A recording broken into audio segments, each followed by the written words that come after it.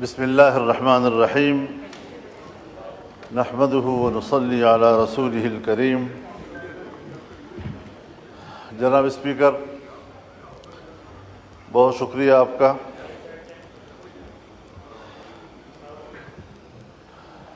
جو صورتحال امن و امان کے حوالے سے اس وقت ملک میں ہے، یا پھر بے روزگاری کے حوالے سے جو صورتحال ملک کے اندر ہے،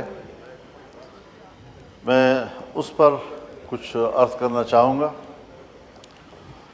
اس سے پہلے بھی میں اس ایوان میں یہ عرض کر چکا ہوں کہ بلوچستان اور خیبر پختونخوا میں بدامنی کی وجہ سے حکومتی ریٹ ختم ہو چکی ہے اور مسلح قوتیں وہاں حکومت کر رہی ہیں، وہاں پر ٹیکس وصول کر رہے ہیں، روڈ کے اوپر پلازوں پر ٹولز وصول کر رہے ہیں، اور راکٹ لانچرز کے ساتھ اور انتہائی اعلیٰ ترین اسلحے کے ساتھ لیس گاؤں گاؤں پھر رہے ہیں، سڑکوں پہ وہ پہرے دے رہے ہیں۔ اور ابھی جو حال ہی میں بلوچستان میں ایک ہی دن میں 4-5 مقامات پر ریاستی اداروں پہ حملے ہوئے، ہماری مسلح افواج کے جوانوں پہ حملے ہوئے، یہ سب چیزیں وہ ہیں کہ اگر ایوان اس پر غور نہیں کرے گا تو پھر کون غور کرے گا؟ ہم کبھی بھی ایسے معاملات کو سنجیدہ نہیں لے رہے ہیں، چنانچہ دونوں طرف صورتحال جذباتی ہو جاتی ہے۔ ایک فریق اس حد تک چلا جاتا ہے کہ پھر وہ علیحدگی کی باتیں شروع کر دیتا ہے، دوسری طرف بھی ہم طاقت کے ساتھ ان سے نمٹنے اور ہم مکمل طور پر ریاست کے تحفظ کے لیے آخری حد تک جانے کے لیے تیار ہیں۔ اس قسم کے بیانات صورتحال کو اور جذباتی بناتے ہیں اور دونوں طرف سے ایک انتہا پہ چلے جانے کا عمل وہ پاکستان کی سلامتی کے لیے آج ایک سوالیہ نشان بن گیا ہے۔ جناب اسپیکر، ان سارے معاملات کو سیاسی لوگ ہی طے کر سکتے ہیں۔ آج سیاسی لوگوں کی اہمیت ختم کی جا رہی ہے۔ جہاں معروف، معاملہ فہم، تجربہ کار اور سینئر سیاسی قیادت ہے، ان کو سائیڈ لائن کیا جا رہا ہے۔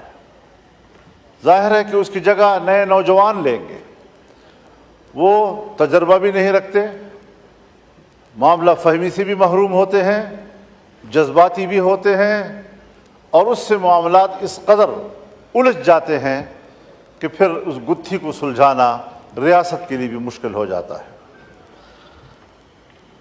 سیاستدانوں کو با اختیار بناؤ، سیاستدانوں کو معاملات حوالے کریں، سب چیزیں اپنے اندر سمیٹنا اور سارے معاملات کے لیے فیصل آباد کا گھنٹہ گھر بن جانا، ہر چیز کے لیے خود امرت دھارا بھر جانا، یہ شاید ایک خواہش تو ہو سکتی ہے، لیکن یہ کبھی بھی مسئلے کا حل نہیں ہو سکتا۔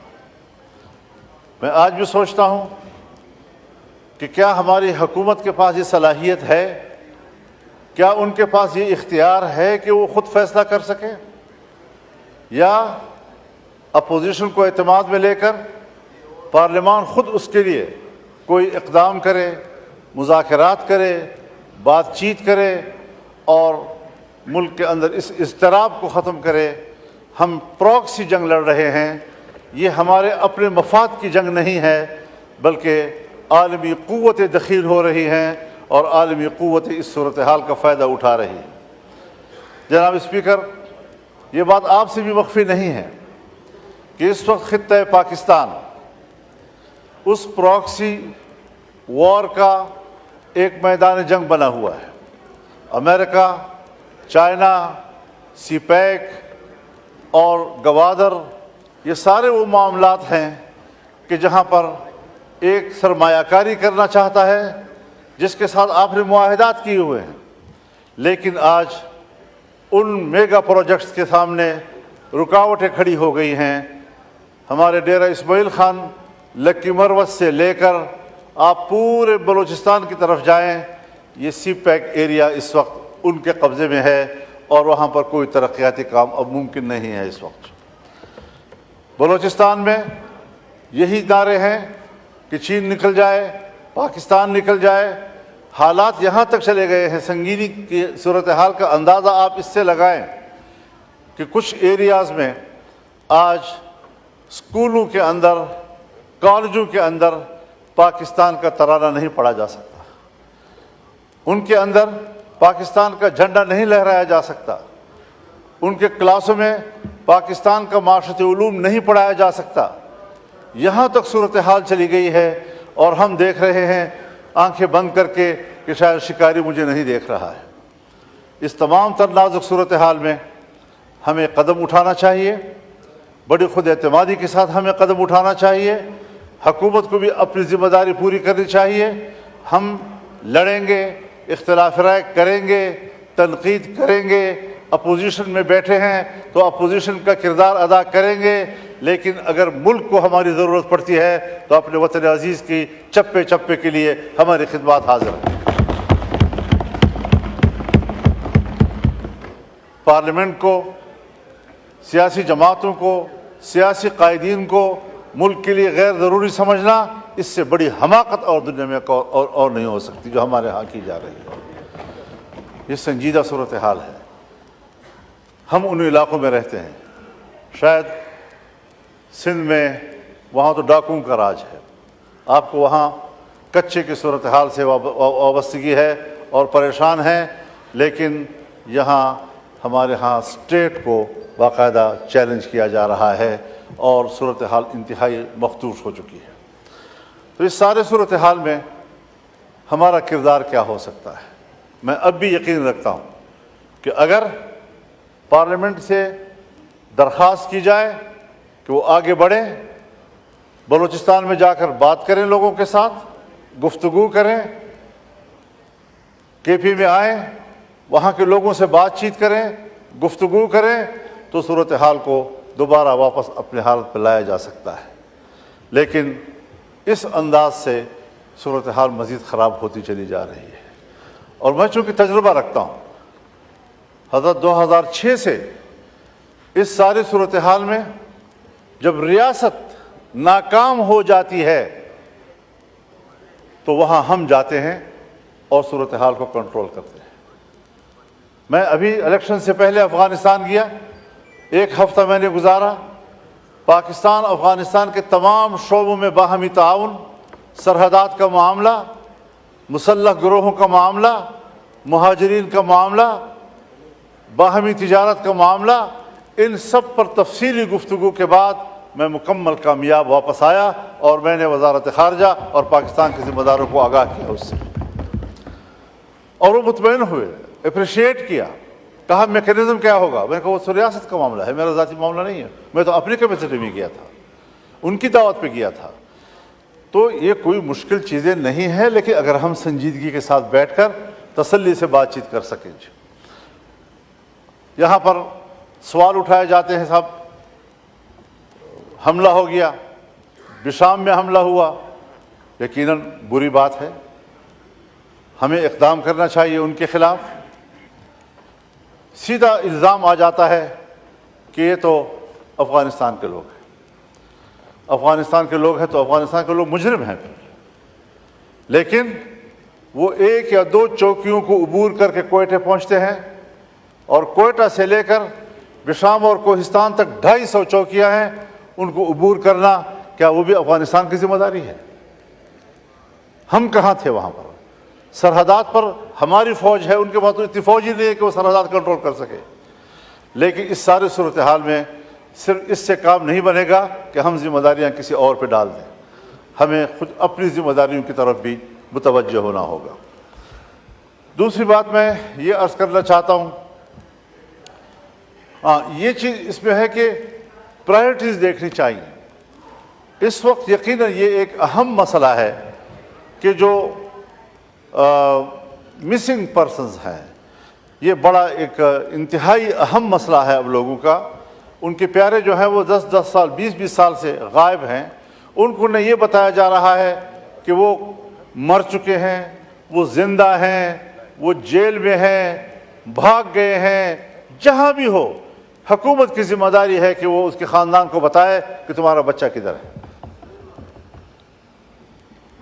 ہم نے تو وہ چیزیں بھی دیکھی ہیں کہ اگر آرمی پبلک اسکول کا واقعہ ہوتا ہے، آرمی پبلک اسکول کے واقعے سے 1 سال پہلے ایک نوجوان پکڑا جاتا ہے، 1 سال پہلے، اور پھر جب پھانسیاں دی جاتی ہیں تو آرمی پبلک اسکول پر حملے کے پاداش میں اس 1 سال پہلے والے قیدی کو بھی اس فہرست میں ڈال دیا جاتا ہے کہ یہ بھی قاتل تھا، اور اس کو پھانسی دے دی جاتی ہے۔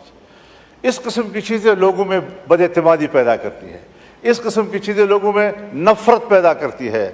میں چاہتا ہوں کہ قوم فوج پر اعتماد کرے، لیکن ان اقدامات سے اعتماد ختم ہوتا جا رہا ہے، نفرتوں میں اضافہ ہوتا جا رہا ہے، اور مجھے نہیں خیال کہ یہ نفرتیں ہم آئندہ چند نسلوں میں بھی ختم کر سکیں گے۔ لہٰذا ان مسائل کو ترجیح دے دینی چاہیے۔ وسائل ہیں، اور بلوچستان کے وسائل ہیں، خیبر پختونخوا کے وسائل ہیں، سندھ کے وسائل ہیں، پنجاب کے وسائل ہیں۔ ان وسائل پر وہاں کے عوام کا حق ہے، وہاں کے لوگوں کے آئندہ نسلوں کا حق ہے۔ ان کو اطمینان دلا دیا جائے کہ آئین پر عمل ہوگا، اور 18ویں ترمیم کے تحت یہ چیزیں آپ کی ملکیت ہیں، ریاست کا کوئی حق نہیں ہے کہ وہ جا کر وہاں پر قبضہ کرے۔ یہی وجہ ہے کہ عام مجالس میں یہ سوال اٹھائے جاتے ہیں کہ صاحب یہ جو ساری دہشت گردی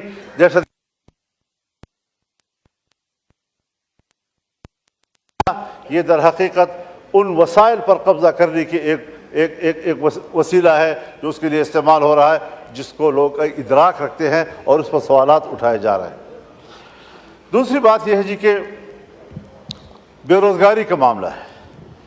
ہم لوگوں کو روزگار نہیں دے پا رہے ہیں، مہنگائی بڑھتی جا رہی ہے، گرتی ہوئی معیشت کو ہم دوبارہ نہیں اٹھا پا رہے۔ ابھی بڑی ایک طویل جنگ ہمیں لڑنی پڑے گی، اور بڑے احتیاط کے ساتھ۔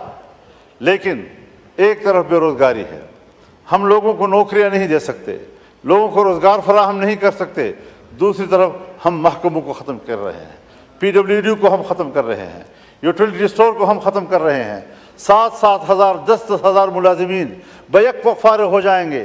اس قسم کا کوئی قانون لانا، کوئی بل لانا، کوئی ترمیم لانا، یہ پاکستان کے ان ملازمین کے ساتھ، ان کے خاندانوں کے ساتھ، ان کے بچوں کے ساتھ دشمنی ہوگی، اور کسی قیمت پر اس قسم کے ترامیم کو ایوان میں قبول نہیں کیا جائے گا۔ یہی وجہ تو ہے کہ ہم مایوس ہو چکے ہیں۔ ہم کدھر جائیں؟ کوئی رول نہیں رہا ہے پارلیمنٹ کا، ممبران کا کوئی رول نہیں رہا ہے۔ تبھی تو اختر جان مینگل نے استعفیٰ دے دیا کہ پھر ایسے ایوان میں میں کیسے بیٹھوں گا جی۔ اور یہ ان کے جذبات و احساسات نہیں ہیں۔ جس طرح کے الیکشن ہوئے، جس طرح کے نتائج سامنے آئے، جس طرح کا پارلیمنٹ وجود میں آیا، یہ احساسات ہم سب کے ہیں۔ یہ اور بات ہے کہ پارٹیوں کا معاملہ ہے، کسی پارٹی نے فیصلہ کر لیا، کوئی ابھی ایوان میں کردار ادا کرنا چاہتا ہے، لیکن اس طرح چلے گا نہیں جی۔ معاملات کو خراب نہ کیجیے۔ آپ اس وقت چیئر کر رہے ہیں قومی اسمبلی کے اجلاس کو، آپ کی طرف سے واضح ہدایات جانی چاہیے کہ ایوان مضطرب ہے، ملک کے لیے پریشان ہے، اور ایوان پر اعتماد کیا جائے۔ ہم جیسے کیسے بھی ہیں، فارم 47 کے ہیں یا 45 کے ہیں، لیکن اب اس ایوان میں ہم بیٹھے ہوئے ہیں، اور ڈیجور نہ صحیح، ڈیفیکٹو صحیح، لیکن انہی سے آپ نے کام لینا ہوگا۔ ان کو اپنا ملازم سمجھ کر کہ یہ صرف اس لیے بیٹھے ہیں کہ جب ریاست چاہے گی کہ ترمیم کر لیں تو انہی سے ترمیم کرائیں گے۔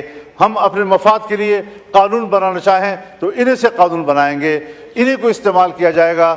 ہم اداروں کے استعمال کے لیے یہاں نہیں بیٹھے ہوئے، ہم آزادی سے ملک اور قوم کی خدمت کرنے کے لیے بیٹھے ہوئے ہیں۔ تو یہ ساری صورتحال ہے۔